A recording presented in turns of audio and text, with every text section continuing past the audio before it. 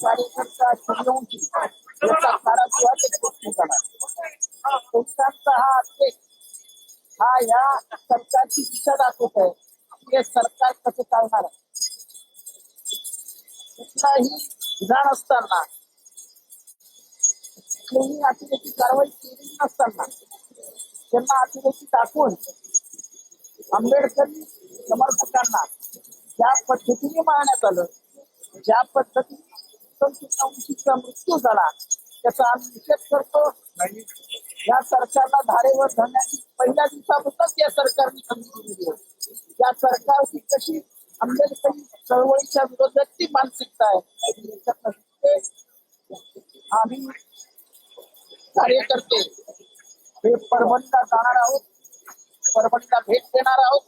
तसेच संतोष देशमुख या युवा सरपंचाची जी निर्गुण हत्या झाली ही देखील महाराष्ट्राच्या राजकारणाला काळीमा फासण्यात त्याचे डोळे जाळण्यात आले, त्याचे पाय तोडण्यात आले, त्याचे हात तोडण्यात आले.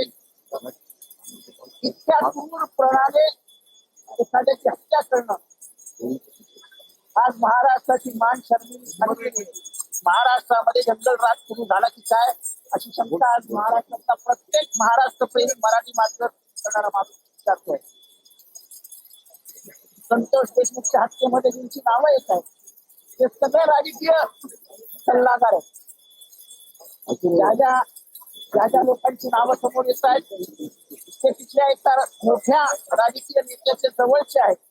ते आता लपून राहिलेले नाही. कोण कोणाचे कोणाला झाले, कोणी कोणाला फोन केले हे सगळं बाहेर येतं. त्याच्यावरती एखादी एसआयटी लावावी आणि सरकारने ट्रान्सपरन्सी दाखवावी, सरकारने पारदर्शकता दाखवावी. आतापर्यंत मागच्या 2 वर्षामध्ये 32 खून झाले. 32 वाच्यता कधीच कुठे झाली नाही. वाल्मिक कराड हा तीरचा छोटा शक्ती आहे. दाऊदचे आदेश द्यायचे आणि छोटा शक्तीने काम वाजवायचं. अशा पद्धतीच्या मुंबईमध्ये जो गॅकवाड होता तो पुण्यामध्ये आहे. अणबीडमध्ये वाल्मिक कराडला आदेश द्यायचा आणि वाल्मिक कराडने काम वाजवायचं. गेल्या 15-20 वर्षाची परंपरा आजही चालू आहे. आणि संतोष देशमुखच्या हत्येमध्ये देखील मुख्य आरोपी हा वाल्मिक कराडच आहे. तुम्ही लपवण्याचा प्रयत्न केला तरी ते लपणार नाही. आता जनता जागी झाली. हा जो काय अन्याय अत्याचार संतोष देशमुखवर झाला आहे कुठे प्रकरण दडपण्यासाठी कारवाई झाली. विरोधी पक्ष म्हणून आम्ही दबू देणार नाही. आम्ही बीडलाही भेट देणार आहोत, आम्ही परभणीलाही जाणार आहोत आणि महाराष्ट्राला या संपूर्ण प्रकरणाबाबत अवगत करणार आहोत. अतिशय चुकीचा घटना ही आमच्या जिल्ह्यामध्ये घडली आहे. दुर्दैवी घटना घडलेली आहे. सर्व महाराष्ट्र ह्या घटनेचा साक्षीदार आहे. मी त्या कुटुंबाला भेटायला गेल्यानंतर, त्या गावामध्ये गेल्यानंतर संतोष बांगर यांच्या कुटुंबाशी बोललो, पूर्ण परिसरातल्या लोकांशी बोललो. अतिशय दहशतीचं वातावरण गावामध्ये, मतदारसंघामध्ये आणि जिल्ह्यामध्ये झालेलं आहे. सगळ्यात महत्वाचा विषय, जे काही गुन्हे दाखल झालेत ह्या संदर्भातले, त्याच्यामधले काही गुन्हेगार तर अटकच नाहीयेत. ते फक्त गुन्हा त्यांनी सांगण्यावरून त्यांनी केलेले हे प्रमुख गुन्हेगार नाही. त्यांचे मुख्य मास्टर माइंड हा वाल्मिक कराड आहे.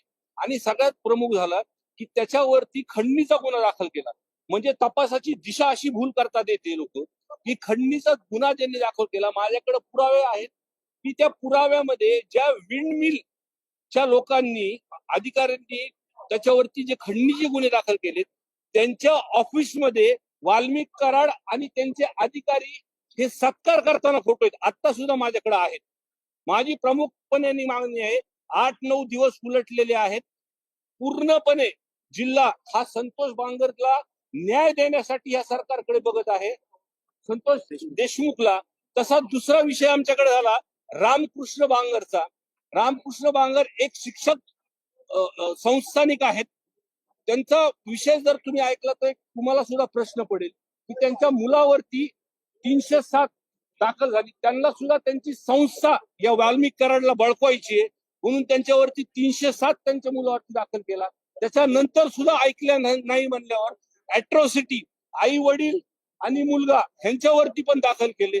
परत त्यांनी ऐकलं नाही तर तिसऱ्यांदा 307 वडील, त्याची आई आणि स्वतः मुलगा, त्याच्याकडे सीसीटीव्ही फुटेज सुद्धा आहेत की तो जिल्ह्यामध्ये नाहीये. म्हणजे या प्रकारच्या घटना हे 307 दाखल करणं किंवा खोटे करणं, आणि जो गुन्हा खरा झालाय म्हणजे सांगताना सुद्धा तुम्हाला सांगतो, त्याचे फोटो जर आपण जर बघितले, कशा निर्दयीपणाने त्या मुलाला, संतोष देशमुखला मारलाय, तिचे डोळे फोडले अक्षरशः.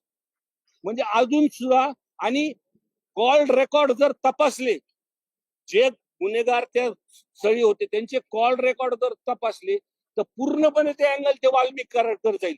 पण का ही सरकार न्याय देण्यासाठी मागे सरकती, हा प्रश्न आमच्या सर्वांना पडलाय.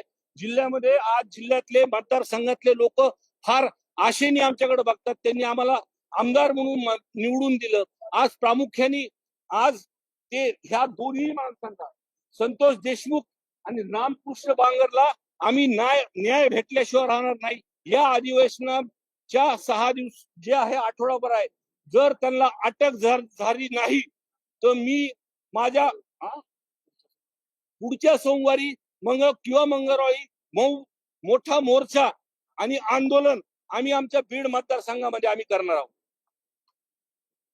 आणि संतोष देशमुखची चौकशी, कुणाची चौकशी ही बीड जिल्हा प्रशासन, पोलीस प्रशासन करेल असं आम्हाला वाटतच नाही. हे एका राजकीय पक्षाच्या हातातलं पावलं आहे. जिल्हा पोलीस प्रशासन पहिलं तर परभणी आणि बीडच्या जिल्हा जे काही प्रमुख आहेत, पोलीस प्रमुख, यांची ताबडतोब बदली करा. परभणीमध्ये जो गेला आहे जेलमध्ये सूर्यवंशी, त्याला जबाबदार जे पोलीस अधिकारी आहेत त्यांना ताबडतोब सस्पेंड करा. ही प्रमुख मागणी आम्ही विधानसभेत मांडणार आहोत. मागणी आम्ही सीआयडी नाही, आम्हाला एसआयटी हवी आहे. या दोन्ही गोष्टींमध्ये जज मार्फत चौकशी झाली पाहिजे आणि डे टू डे त्याच्यावर ऑब्झर्वेशन झालं पाहिजे.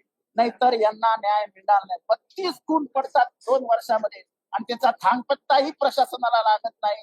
आजपर्यंत बीडमध्ये प्रत्येक खुनाच्या मागे वाल्मिक कराड आहे आणि वाल्मिक कराडच्या मागे कोण आहे